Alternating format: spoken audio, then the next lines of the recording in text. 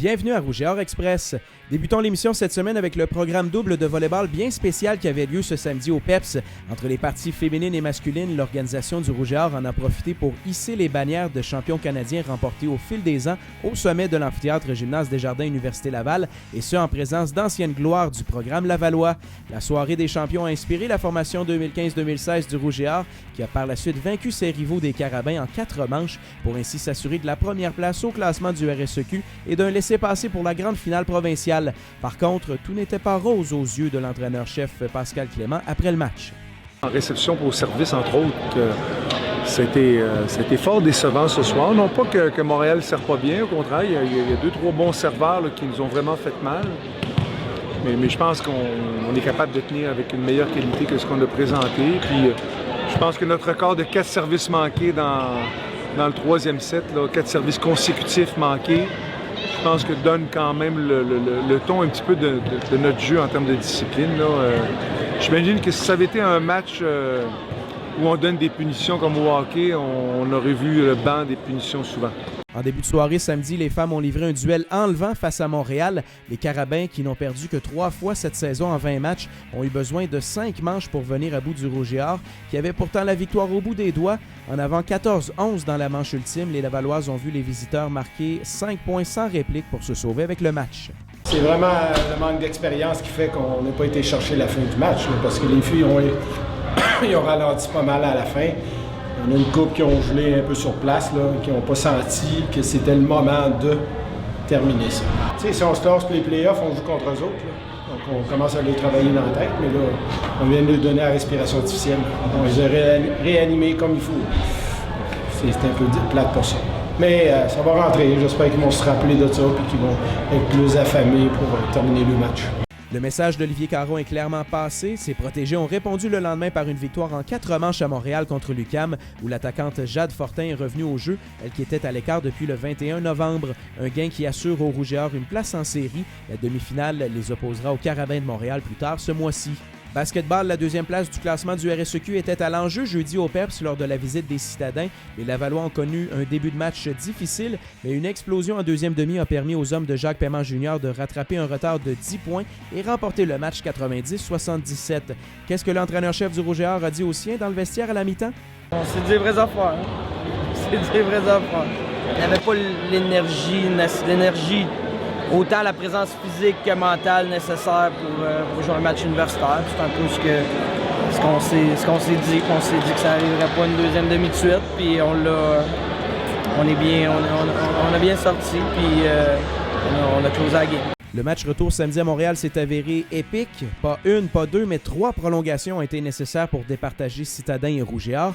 Malgré une performance éclatante de 38 points d'Alexandre Leclerc, c'est l'UQAM qui a prévalu par un tout petit point, 98-97. Chez les dames, la soirée de jeudi a été des plus pénibles. Le pourcentage de réussite de lancer des Lavalloises n'était que de 16% en première demi et n'a que faiblement augmenté à 20% avec la prestation en 2e portion de match, ce qui n'a pas été suffisant pour vaincre les Citadins. On a manqué une panoplie de lancer facile, des lay-ups tout seul. Normalement, on lance des petits 3 points, là, on a 2 en 20. On le sait que c'est le nerf de la guerre pour nous. Si on lance pas bien, on ne gagnera pas ces matchs-là. C'est une performance totalement à l'opposé que le Rouge et Or a offert lors du match retour samedi soir dans la métropole. Cette fois, 46% des tirs des Lavalloises ont touché la cible, leur permettant d'infliger une correction de 81-54 aux UQAMiennes. Raphaël Côté a particulièrement impressionné avec un double-double grâce à 22 points et 15 rebonds. Athlétisme, ça se passait en 2 endroits ce week-end pour le Rouge et Or. D'abord à Boston, Jean-Samuel Lapointe et Antoine Thibault prenaient part aux 3000 mètres du John Thomas Terrier Invitational en compagnie d'autres athlètes du circuit NCAA.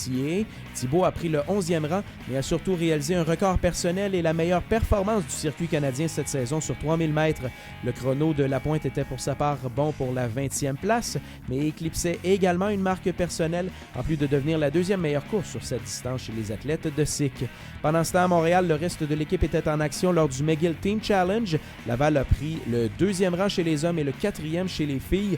Des performances d'équipe décevantes, mais plusieurs prestations individuelles sont à souligner.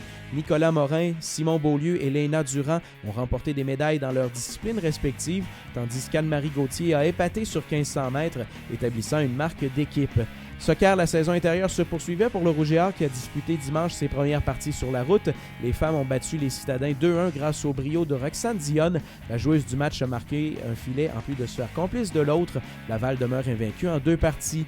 Même chose pour les hommes qui l'ont eux aussi emporté 2-1. Marc-Olivier Couault a marqué son 4e but en 2 matchs. Christophe Arsenault a compté le filet victorieux en fin de rencontre et le gardien Vincent Mathieu a été élu joueur du match, lui qui a notamment stoppé un penalty.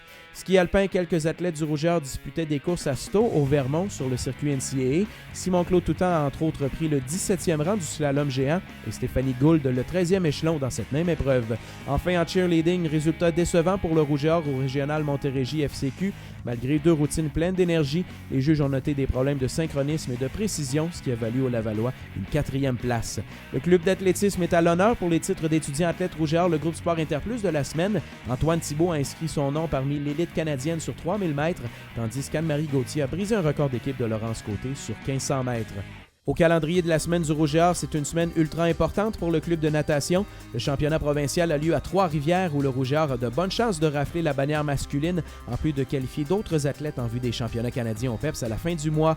Volleyball, le Rouge et Or dispute un programme double à Sherbrooke vendredi. Les filles joueront également le lendemain, samedi soir, 19h au PEPS, face aux Martlets de McGill. Ski de fond, 3e week-end de compétition aux États-Unis pour le Rouge et Or qui se déplace à Stowe au Vermont pour le UVM Carnival. Et enfin, en soccer intérieur, le plus gros événement de l'hiver a lieu ce dimanche. Le FC Montréal, l'équipe réserve de l'Impact de Montréal, affronte le Rouge et Or à 15h30. Tout juste avant, les filles joueront contre l'Université du Québec à Chicoutimi. Il en coûte seulement 4$ pour les étudiants et 8$ pour les adultes pour assister à ce programme double.